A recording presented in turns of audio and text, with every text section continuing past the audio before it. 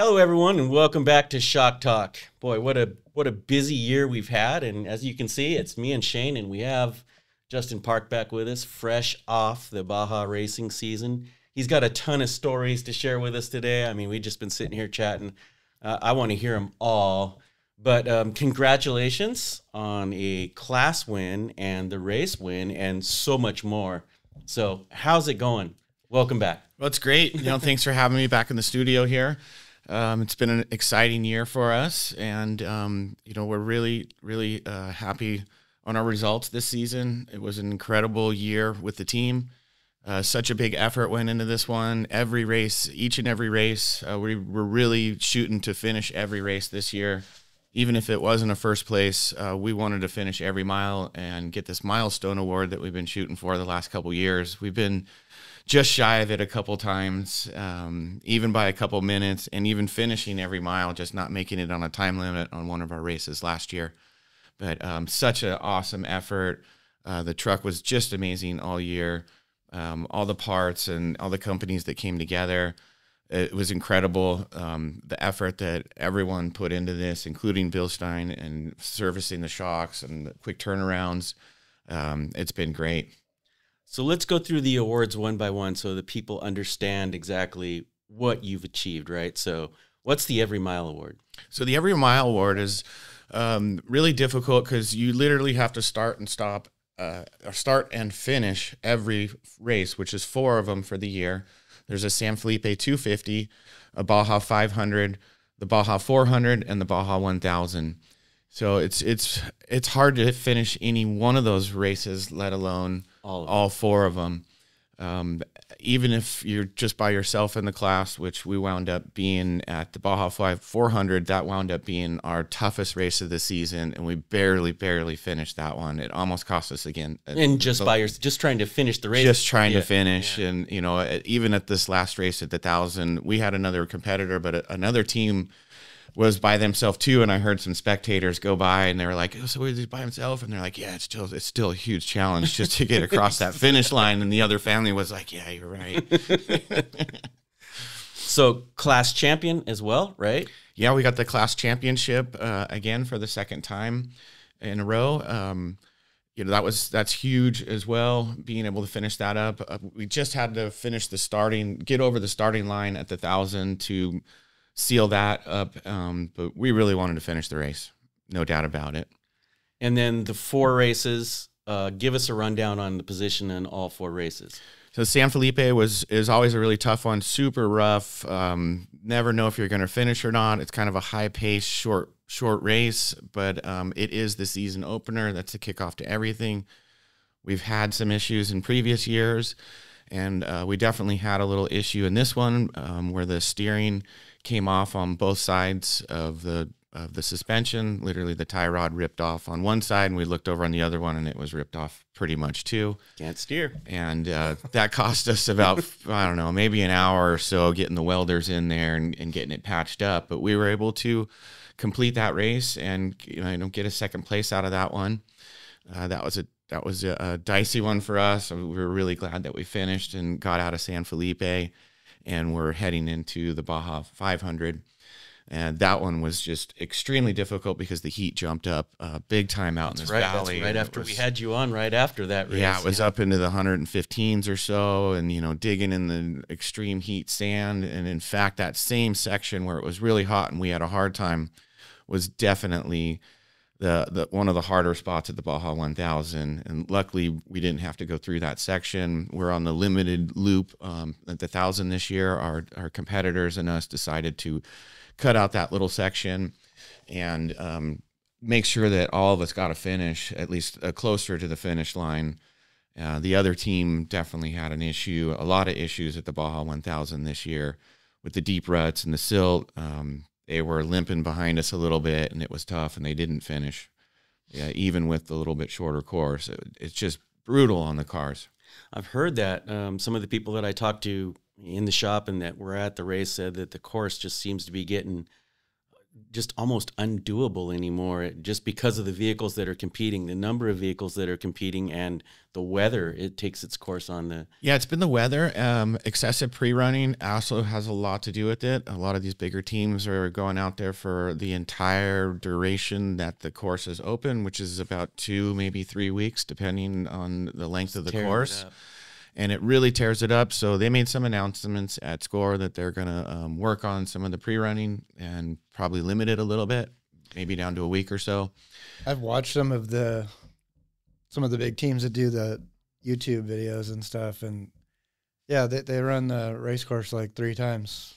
4 times. 3, 4, 6 times. There's multiple drivers in each section. They're doing it in the same trucks that they're racing in, and they're reaching definitely some higher speeds. And it's a little dicey for some of the locals because there are people on those roads. Those are normal roads during that week, or 2 that they're down there. People are still working, going to their ranches, and it's unfortunate that there's close calls, and hopefully they're going to address that.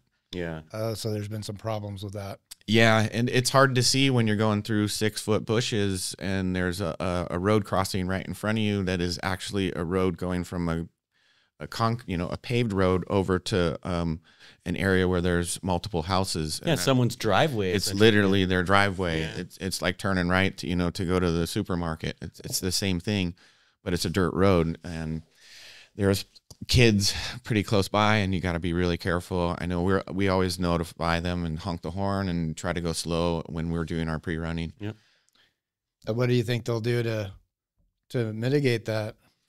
They're going to have to do something because some permits and stuff like that. There was a pretty big incident at the contingency this year at the Baja 1000 where one of the trophy truck teams had someone else, one of the crew members was driving the car, and all of a sudden it took off full speed while people were in between cars and all around cars, and there was a couple deaths in the vehicle viewing area. So they're going to make some changes, and more safety. Yeah, more safety down there. They definitely do a lot of that safety practice up here at all the races up in the States. You can't even turn the car on in a lot of the lots. You have to push it through, especially where the vendor booths are and things like that, because there is kids with strollers. This is a spectating viewer area, and yes, there is some high horsepower vehicles. Yeah. We're talking 1,000, 1,200 horsepower. That's crazy. Yeah. So in reference to pre-running, I think you said you took a kinder, gentler pre-runner course. So you're using a lighter, smaller vehicle. Tell us about that. Yeah. So, obviously we race in a Ford Ranger, but to go out there and pre-run the course is a huge benefit. And I think that paid off for sure with our team versus the other competitors that we were competing against. They came out from back east and didn't get the chance to pre-run. They only got to drive the truck just to get used to the vehicle. So you got to know where that left and right is in order to not get stuck for a couple hours repetitively throughout the race. It'll really save you a lot of time. So we go out there in a 2018 Polaris. It is a 4-seater. It's got a turbo in it. And I tell you what, that thing is amazing. We just put the new Blackhawk shocks on it, literally bolted it on. We haven't really done a real suspension tuning session out in the desert with the crew yet, so I'm looking forward to that, but it really didn't even take that. There was a couple minor adjustments, a couple little ride height adjustments on it, and this thing was unbelievable, super reliable through all the gutters, the rough stuff, a lot of the whoops, really rocky sections that are really tricky to make it through, a lot of off-kilter uphill where you're almost rolling the vehicle, but it's incredible. The sand, the washboards, it was such a good ride. I love it. And you'd said before you'd had this car for a little bit before you got the Blackhawks on. Yeah, I hated riding in the thing. I did not want to be in it. I just was like, these things can't be like this. It seemed like they were all just so rough to ride in, because I've been in a couple other ones. I've ridden in a few pre-runs with some other teams and UTVs, and one of my teammates had this one, and I eventually acquired it, which, thank you, Todd, for all that. And I'm glad we got it back together and was able to use it for the whole season this year with the new shocks. An unbelievable difference between the existing ones. night and day. I can't wait to get back in it. I can't wait to take my family out and do some fun adventures in the desert and get some mammoth stuff in the summer. Oh, mammoth would be amazing. fun in the summer. Huh? Yeah, I'd take some fishing poles in the back, Exactly. some coolers. I really can't wait. Start doing the true overlanding in your little side-by-side like most folks are doing these days. Yeah, we're going to do some fun stuff. We've got some stuff planned for it, and it looks great. We can't wait to bring it out and show some folks. That's great. I'm glad you had a good experience with that. And it saves the race truck using the pre-runner, I guess, is that you really don't want to pre-run in your race truck. No, even in just a regular daily driver, you're really gonna, it's gonna beat up your vehicle. You're gonna get pinstripes all the way down the sides. You're gonna have some new marks on Dents the thing, and gacks, and it's still just not getting high centered. A regular vehicle, you're probably gonna have to go 2 to 5 miles an hour. Most of this stuff, UTV, maybe 20, 30.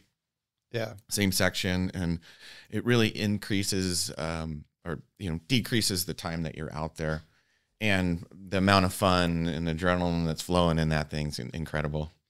Yeah, when you're pre-running, UTV is obviously a huge growing segment, but I'm sure you've seen more UTVs being used for pre-runners. Oh yeah, a lot of the teams have it. They used to have these old buggies and kind of leftover race vehicles and stuff. motorcycles. They're so reliable now. They've gotten so good, and the suspension's great on them. And there's so many components and aftermarket stuff that you can just literally bolt right in there, Personalize, yeah. and get out there on a race course and feel safe, and let your family know where you are with a star mount system or a Starlink setup, or even a spot tracker, just like people use in hiking adventures. Yep. So you see most people are using UTVs nowadays for pre-running? Oh yeah, I'd say mainly, except for some of the bigger teams, because they kind of like to get that feel and touch in that bigger truck, and I can imagine they're spending millions on that race package. So yeah. And some of those guys actually make their own trucks and sell them. That is their team, like the Herbst. Exactly. So they have a whole stable of them to use. Yeah, they're manufacturing trucks Exactly. for other teams, so they're out there testing their new setups and new builds and things like that. Yeah. But nice to have a dedicated pre-runner that's, like you said, totally reliable, comfortable. You can really just settle in and focus on plotting out the race course in your brain. Maybe we should explain what pre-running is. People probably don't really know what that is or never heard of it, but maybe just give a quick explanation of what that entails. Yeah, pre-running is really just, take it easy. I kind of tell everybody, don't spill your beer when you're out there pre-running, because you're probably going too fast. You want to make it through your sections. And what we do is we have a GPS in the UTV, just like we would have in the race vehicle. And every time we get to a tough section, we will mark it or take notes. You can also take audio notes, record on your microphone on your phone the entire time. Just create an audio note, and as you're going, you can document all that stuff. Rock on the right, ditch, or hard right, hard left. Let's brake before this section. There's going to be a dip in the road, because all that stuff is a potential hazard. And if you know where you can slow down and speed up, it's definitely going to increase your chances of winning for sure. So you plot out the whole course on whatever, like you said, whether it's audio notes or on your GPS.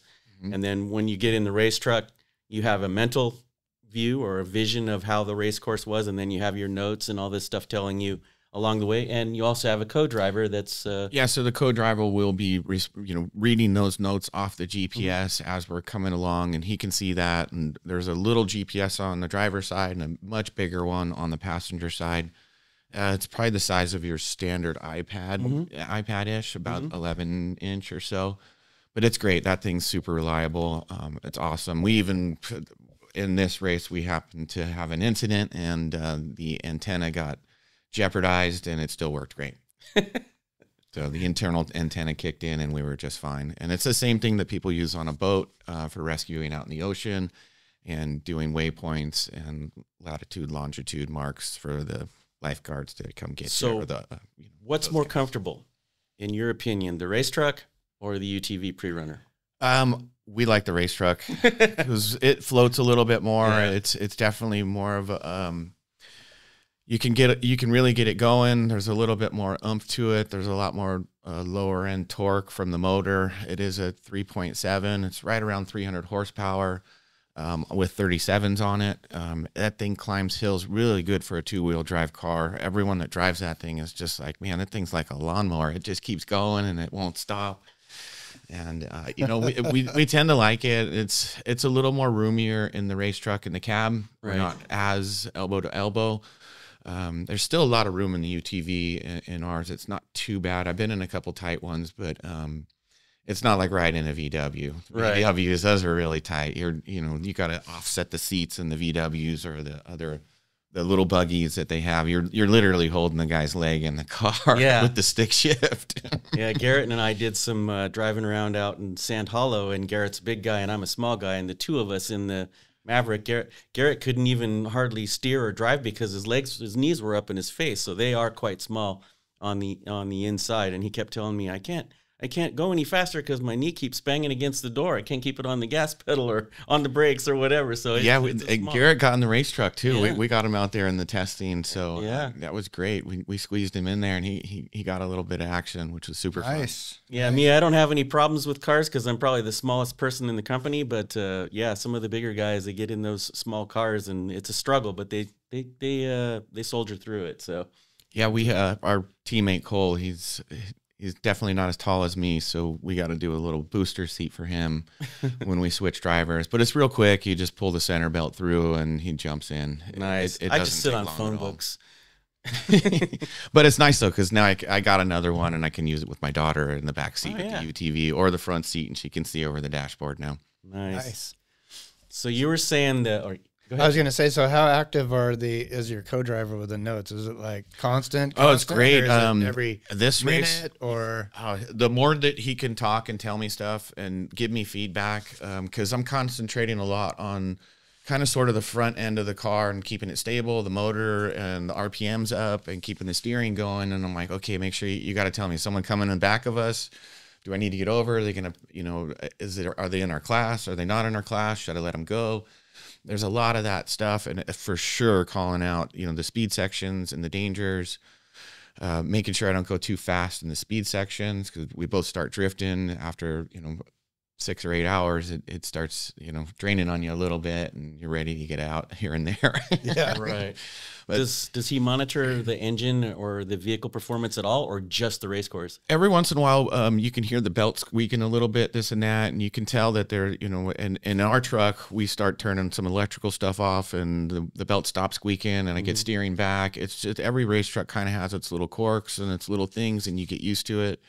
I mean, it is a stock vehicle that we have. It is a factory motor that we pulled out of a vehicle at a junkyard, and really kind of, put it together. So it's a little different than a full trophy truck. It has a lot of factory components on it. So it is a little unique, but the cool thing about it, we can go to AutoZone, we can go to O'Reilly's and go pick up parts anytime. Need another motor, it's super easy to go get. Same with the transmission. Very easy parts to assemble and for anyone to get involved. So you were telling us earlier that the race truck climbs hills really well like a tractor, and apparently you had a spot in this year's Baja 1000 where it didn't quite climb the hill. Oh, yeah. So kind of to the Baja 1000 story, it was a great start in the morning. We didn't realize that there was going to be weather again for the second year in a row. There was clouds and didn't seem like it was that bad at the house, but on the other side of the hill, I guess it was raining super gray, and got a little nervous at the starting line because I definitely didn't have my booties and my rain gear with me. I didn't bring my swimsuit. But we made it out to the starting line, no issues with the vehicle. There's a jump course that we go through at the first start, and then we kind of head out towards the traditional route. And it was really starting to come down, and the road was getting really slick, and I was starting to slide around a bit in one of the tougher sections. And just when the rain let up, we came into a bottleneck section at about mile 56. And sure enough, there was definitely some action going on. There was a couple cars upside down. There were UTVs upside down, so you can see their wheels through the dust, and a couple of guys trying to help them, but they were stuck uphill in a valley and no real place to turn it around. So they kind of had to winch a UTV up on its side. It was still on its side, and kind of pull it down on the wheels without it rolling back over. almost dragged the thing down before they turned it back over. And this kept happening repetitively in the area because there was a line to the right. There was a couple little lines to the right, but they were kind of dicey. And we were sitting there for a little bit, and a couple of them went. And I'm like, yeah, should we go? Should we go? And, you know, communicating with my co-pilot, what do you think? And I'm like, well, we can't sit here all day. We got to get going. The race is going, the time's going, and our competitors are going to come up on us soon. So we made the decision to give it a try. And we had to give it a little bit of juice because a lot of the people with the 4x4s were making it up and over. And we have 2x, but we do climb hills well, and we've never really had quite too many problems. But in this situation, we're kind of on a slope and a little bit of a side slope, and something kind of bucked the back corner a little bit and folded the front right tire over. And next thing you know, we're rolling back down the hill, back into a gutter below the other cars that were already rolled. And, you know, thank God my co-pilot and I were okay. You know, a couple bumps and bruises. Both my legs hit the dashboard. One of them got some pretty big cuts on it. Probably the worst shinners I've had since I rode BMX bikes and those pedals that used to come back at you. So this was a steep hill. Yeah, it was a pretty steep hill. And then, you know, we crawled out of the vehicle. There were a couple locals there because they knew it was a hot spot, but none of them really quite had 4x4 or a Jeep with a winch. And we were sort of out there by ourselves. And a guy helped myself, and my co-pilot got out pretty easy. His sight was upright. And he pulled the belt and kind of stepped on me a little bit and jumped out. I wanted to make sure he was okay first. I was worried about him. And then I got out and he helped me get out. And I was kind of limping off a little bit. And I'm looking back at the truck. And, oh, man. And the next thing you know, the next guy's going for a try. And he kind of flies right by and shaking the dust off. And he doesn't make it either and winds up not rolling, but backing down the hill right back into my truck, which is sideways. And he's upside down and sideways. He's backed into the underside of my truck in the front suspension. He's stuck on my front tire, sideways on the ground. And I'm like, yeah, you're probably not going anywhere until we move this truck. You guys have an extra tow strap? Because I'm going to need a couple to go over this gutter and maybe see if I can get somebody to help. And thank goodness, I've been kind of talking with another team at the starting line, this Class 8 team. They kind of have an older truck that we used to see that ran a lot of the races back in the day. They're from up Northern California. And he was sitting there deciding what to do. And I'm like, man, you got to help me. You got to help me. I need you to come over here and help me pull, you know, can you drag me over and pull me over? It wasn't like a normal rollover where you could just tip it right back on the wheels. I was on the side of the hill and the roof was pointed towards down the hill. So we had to roll the car over one more time.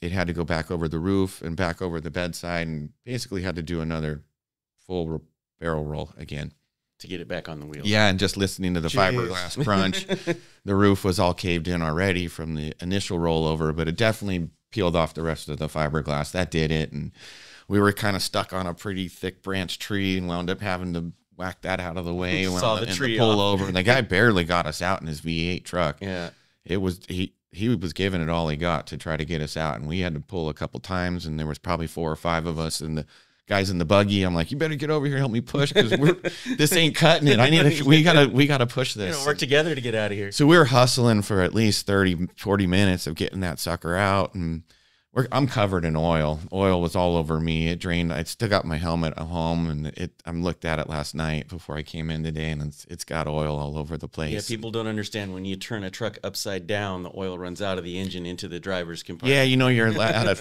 a fountain drink at 7-Eleven or Circle K. It's just like that, sitting there watching hot oil dripping all over. Yeah, and it's coming right out of there like syrup. Yeah. It's going everywhere, and you know, I had turned the power off already on the car, and there was 0 gas leaking. It was just the motor oil coming out of the breather.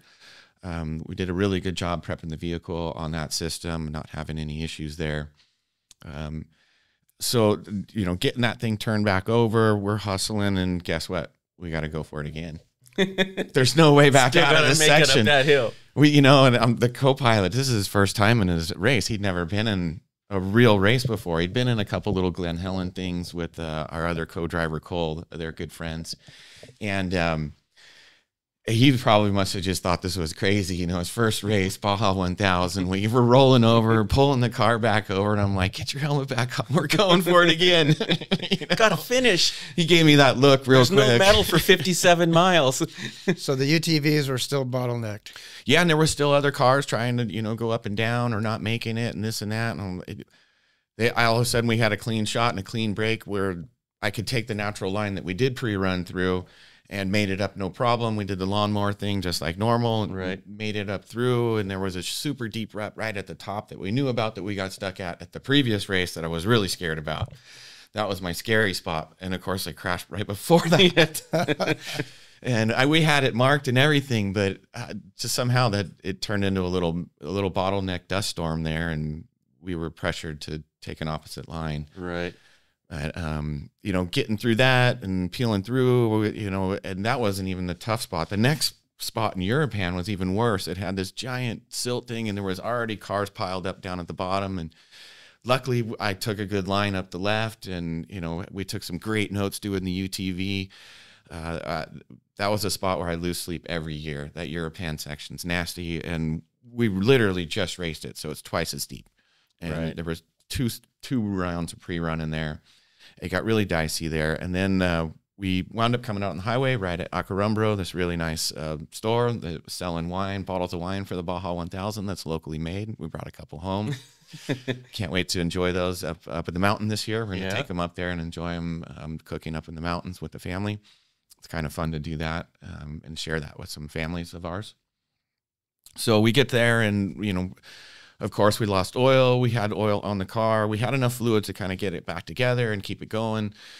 We ripped the rest of the fiberglass off at our first stop that was unplanned for, but we did have our chase crews there. It was a visual checkpoint for us to make sure that the vehicle was okay to continue for the next 700 miles or so, 680 or whatever it was. And we're just getting started and we're shaking the dust off already and checking every part. Luckily, nothing was majorly wrong. Everything survived. Not even a flat tire. Usually in a rollover, you DB'd a tire, or something like that happens. And we lucked out. The general tires hung in. Our general grabbers were great. Not a problem with the whole entire race. Same set of tires.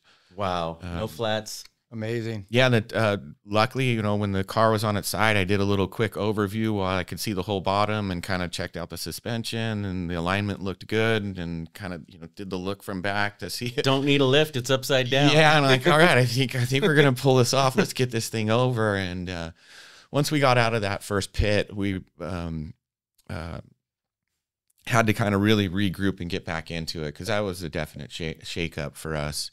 Oh, you can only imagine. Devin and I really got back into it. We knew we had a little bit of catching up to go, and that's when the co-driver navigator really kicked in, and he was calling out everything, doing a great job. It was killer, and it was such a fun run on the beach after coming out of that really scary mountain range section. I think people don't really understand that the terrain is one thing, but there's all these other race cars out there trying to beat you to the finish line. That becomes an issue as well. I mean, these guys, we've seen them at King of the Hammers. They'll use each other for traction. You know, a lot of people get bumped off the road, pushed off the road. If you're broken down in a single lane path on the race course, someone's going to push you out till they can get you around. Yeah. And if your steering's broke, you might wind up off the road or on your side. Yeah. They got to push you out of the way. And so it's definitely part of the 3 honks and a go, or you're going to get out of you got to get out of the car. The driver and the navigator has to get out and help the vehicle that's broken down in front of you. Right. That's and just great. You're going to lose time. You can either risk it in the vehicle or get out and help somebody. Yeah. I don't think people understand how much that you have to prep for in that race. So it's not just 1,000 miles or 900 miles or how many ever miles it is in some of the roughest terrain in the world. But it's also, like you said, it's all the mental stuff. Well, I know there's a big rut here. I know there's a big hill here. You know, this rock could pop my tire. And you're thinking about all that as you go through as the driver. And it's got to wear on your mind and your body. Let alone being down there in a different country with different food. Right. navigator. He hadn't been to Baja all that much, so he's totally experiencing all kinds of new stuff. Didn't know about the little Lomatil that you need to take when you eat certain foods down there. Yeah. And I told him before I go, bring some Imodium just in case, because there's, you'll be happy with that. And some yummy tummies. Yeah, exactly. Especially if you're going to sit in the seat for what? How long did the race take this year? This year it was 22 hours and 23 minutes. Now, did you drive the whole time, or did you swap? No, I did. We had 3 teams of us, so it was groups of 2, driver, navigator. Myself and Devin did Devin James did the first 220 miles, which got a little dicey after the worst 200 after the race. It was crazy. Him and I were going through a section that we marked in the UTV right along the beach in San Quintin. It's dark 30 at this point. And we're kind of having a little problems with the lights in the front. They're going in and out on us a little bit. Because they've been rolled? Yeah, they were okay in the front, but something, kicking the dashboard and hitting the legs or something. I don't know, something was a little goofy. We rattled the car pretty good. Obviously. It's just, regular electrical switches with push-ons in the back and stuff. So who knows what happened. They were kind of going in and out, and we knew that there was this puddle coming up, and sure enough, we were kind of going a little fast, trying to keep our momentum and not get stuck in the sand, because it was like real sand right next to a fence and a cliff on the right, maybe 2 car widths. There was a cliff that you could totally end everything and hurt yourself really bad. Yeah. And it's dark and it's kind of dusty, and you got this weird night fog that was coming in on the coast. And lights that go on and off. And the next thing you know, when the car slows down and all this like muddy, nasty water just covers both of us. And I was like, I guess we missed. There's the puddle. I guess we missed that one. Because we were so concentrated on just trying to keep the vehicle going and stay on the road that we wound up just blowing right through the mud pit. You don't want to hit the fence, and worse off, you don't want to go off the cliff. And I'll take the mud. Yeah. Devin was like, stay left, stay left. Stay left the whole time. Don't go to my right. He, after the rollover, he didn't want to happen again. Yeah, not doing that upside down thing again. So we jumped into at the end of San Quintin, just came out of the fog on the beach, and met up with the Los Pinos family and our other teammates that live down there, and their whole entire family was there waiting for us on the side of the road, and they jumped in. It was Paco Martinez and Eduardo Perez. They jumped in and took it all the way down south of Catavino, all the way down almost towards the Bay of LA. If folks are familiar there, there's a road that you got to kind of jump on, and it'll eventually take you down to an amazing beach. But we just cut a little bit around that, came back. Those guys came back up around San Felipe and finished at mile 550 or 500 or so. And that's when Cole Andrews and Adrian Padilla jumped in, and they took it from what's traditionally called Zoo Road. It's out at the end of Zoo Road. Yeah, know Zoo Road very well. It's a couple mountain pass or so away from the ocean in the Gulf of Mexico there. It's also covered with 8-foot tall whoop-de-doos and silt. I was going to say the whoops are real the whoops are big there. And, the truck just kept wheeling and wheeling. These guys went through some really heavy stuff that we always worry about in the natural San Felipe race. So realistically, we're going right through a San Felipe 250 in the middle of the Baja 1000. Yeah. So those guys powered through there, and they wound up getting it, I don't know, maybe 3 in the morning or something, 3 or 4 in the morning at about Zoo Road. And Cole and Adrian wound up taking it up to San Matias and doing really well, keeping a really awesome pace. And next thing you know, they were going back into the rainstorm again that we passed in the beginning of the race.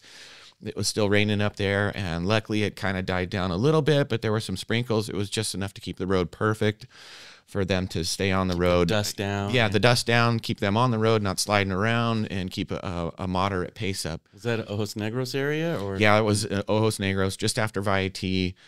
So they went up the Go Trail and came back through that road where we did get majorly stuck in the mud pit last year. They came through the exact same section. It looked completely different for them this Not time. 115 this time, right? Yeah, at this point it was snowing.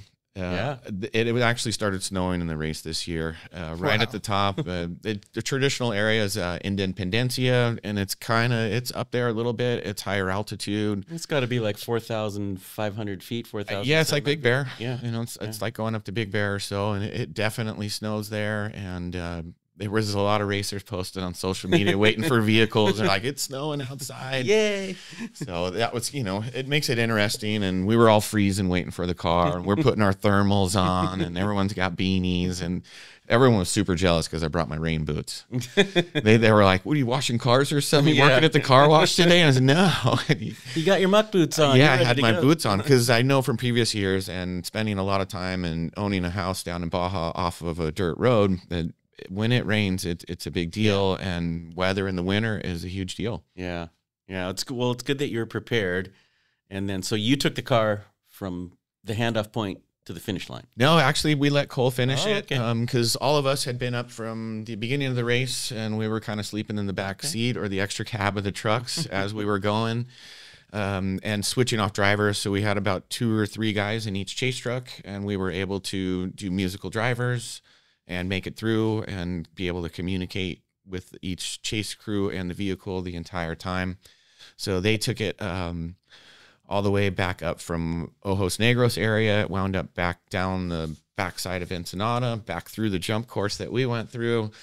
We got a couple cool photos on the way in and the way out there. One with a clean truck, one with a sort of leftovers pieced apart truck. But nonetheless, it was really just fiberglass that had the damage. Once I got back home after the finish, just the bedside tabs were folded in. I folded them back out with the adjustable, wrench. Yeah. Just the same way we always do. All of them are intact and ready to put a new bedsides on the back. It's really just top cab damage, which we're going to take to a body shop, and they're going to peel out and buff and shine it, and we'll be ready to go.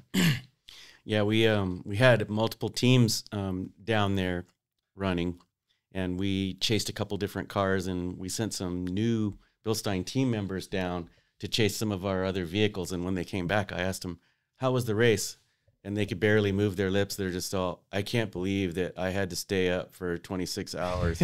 It was like they'd never experienced that before. And they were chasing some of our other teams. And there were, always the incidents that happen, no matter if it's a pro race team or somebody just, working together with other groups. And they were just amazed at how much happened in such a little period of time and how much energy it took out of their soul. Oh, yeah. Meanwhile, we're chasing the vehicle in F-150s equipped with Bilstein shocks, and which hold up amazing on these stock vehicles going down all these washboard roads. It's a huge game changer for all of us, and being able to get in and out quickly.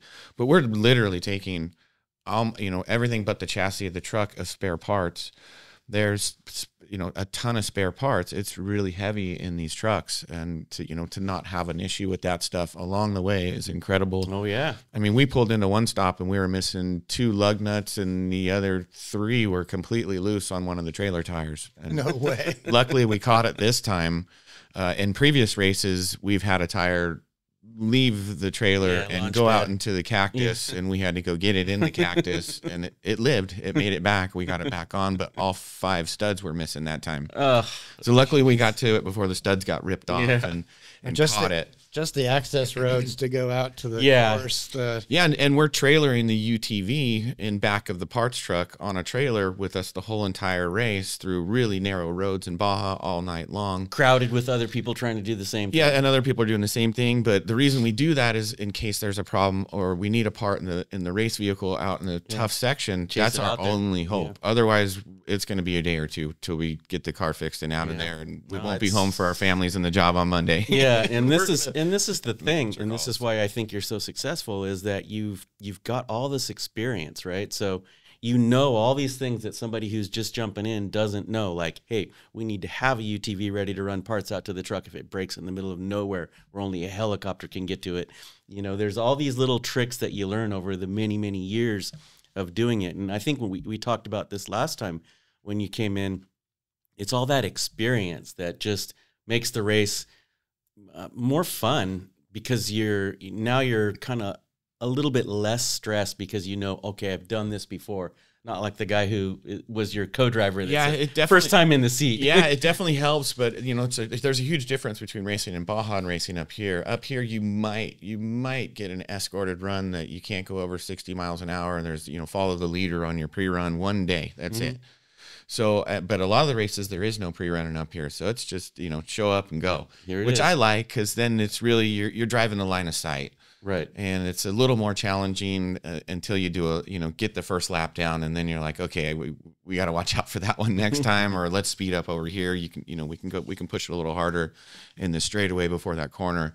But down there, it's a little different, and sure, it turns into your backyard advantage at a lot of times. Right. And we've been racing down there for about 15 years, and I grew up surfing down there and going on surfing adventures in the same exact truck that I've been racing now. Talked about that last time, which was totally amazing. I told my brother that I showed him some video of you racing, and I'm like, that was his high school truck. And he's like, no way, that's a full-on race truck. And I'm like, no, that's the Ford Ranger he bought to drive to high school. It was just, it's so amazing that it's the same. Yeah, truck. We still have the stock paint on the back of the back of the cab. It's still there. So. Yeah, you said it's green, right? Yeah, forest green. It's a forest green 1998 two-door XLT Ranger.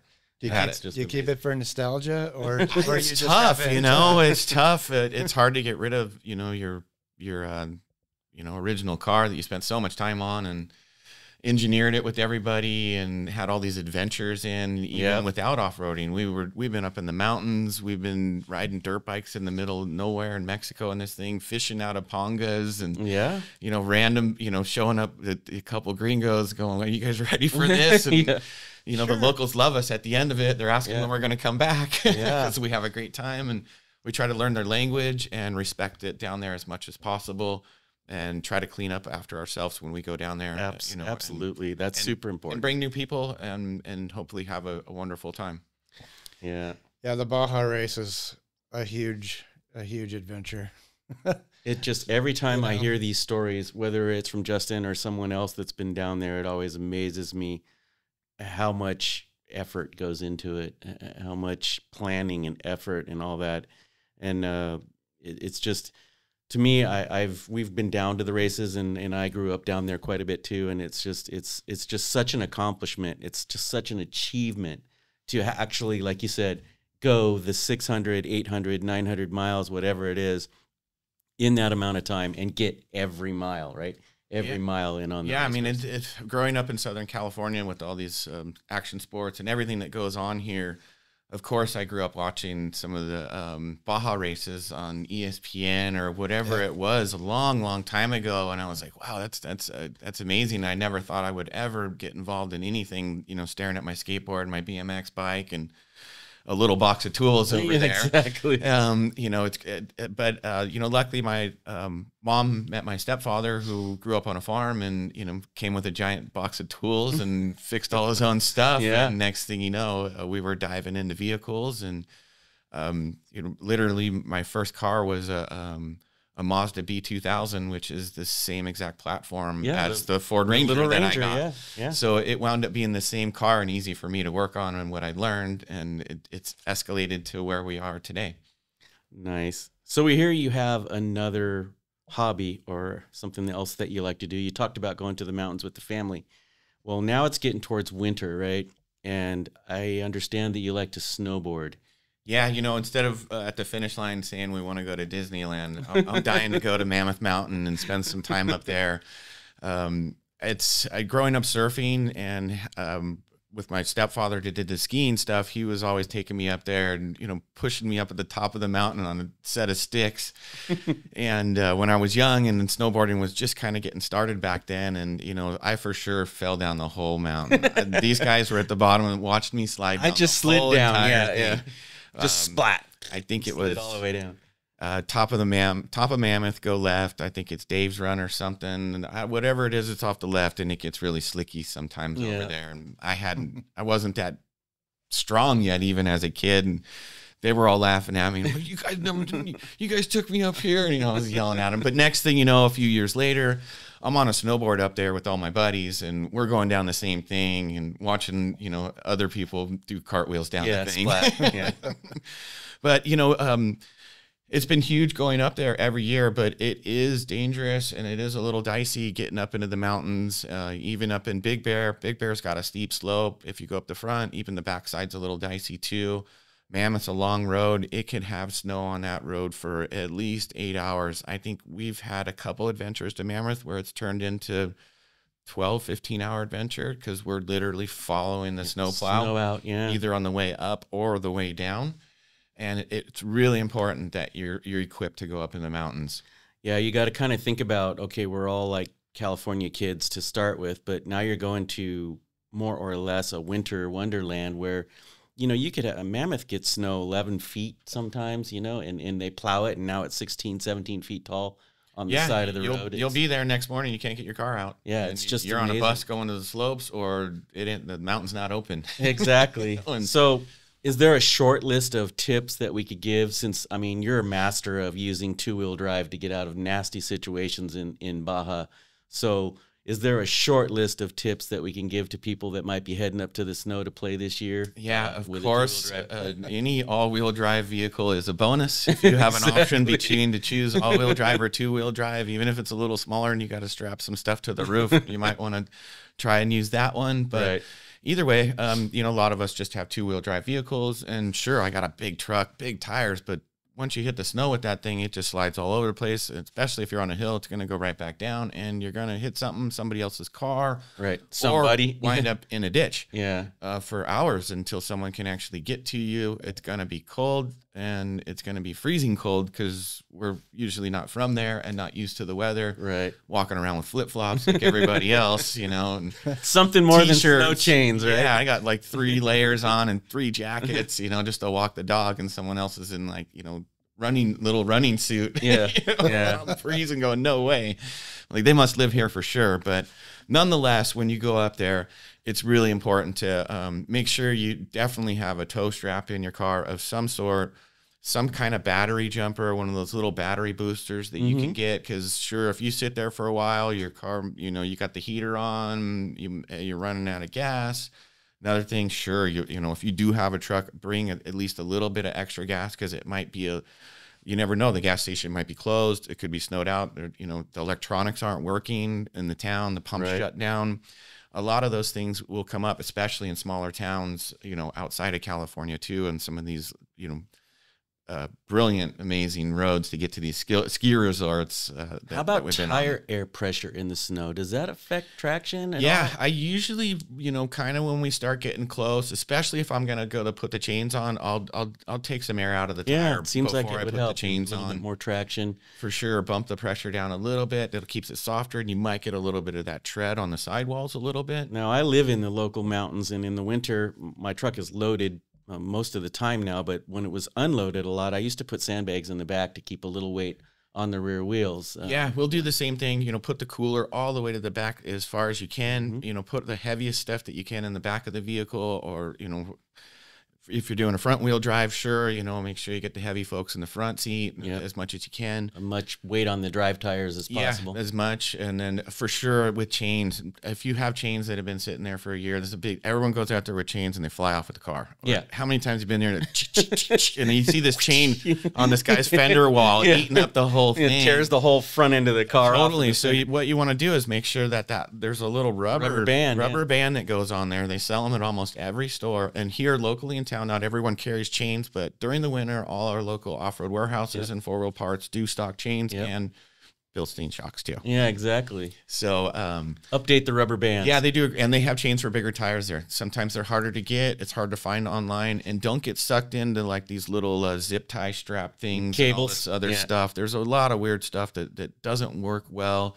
Read the reviews before you get it. Yeah. When you're looking at stuff, you know, maybe on Amazon, it may look hot, but it might not even fit on your rim. You got to go out and look on your car and make sure that you got clearance for anything like that. Trust me from experience, there's nothing that grabs traction on an ice snowy road better than a solid metal chain breaking through the ice and the snow. And I mean, the cables are great if you want to go faster, but if you're in some serious terrain, I think the metal chains For sure, and the word glove box is definitely a meaning when you get in the snow. Yeah. You want to have gloves in Exactly. that box because your hands are going to be freezing.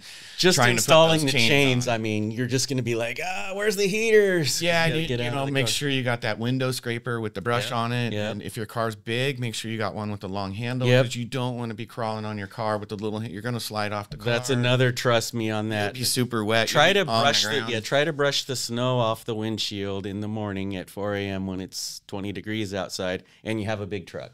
Yeah, right? Trying to stand on the front tire to get to the middle of the windshield. Not good. Even in the door jamb, leaning over. Yep. It's slippery. It's slick. You might have snow boots on or ski boots on or whatever the case is because you're ready to go hit the slopes or, go out for a walk with the family. So plan ahead. Basically, plan ahead. It's a super good point. Make sure that you have all the pieces in your car that... Bring a blanket, extra food, extra water. Usually you have some of that stuff on a trip anyway. A pillow or something to make yourself comfortable if you got to wait for a tow truck. Just like in the Baja, you got to plan ahead. Yeah, exactly. You got to drag that UTV. Yeah, make sure you have the UTV. 700 miles up and down all the, it's just in case. Roads. I come from a Navy SEAL family, so I've always heard this, the buddy system thing. Don't ever leave your, stick with it. Plan ahead. And, that pays off so much in so many aspects. It does.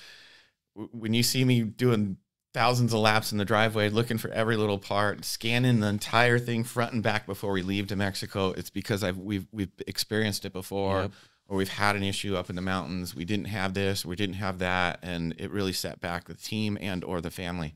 Yeah, that's the number one key to really being safe anywhere where you go is, I think, know the area that you're going, plan ahead for what could possibly happen there, everything.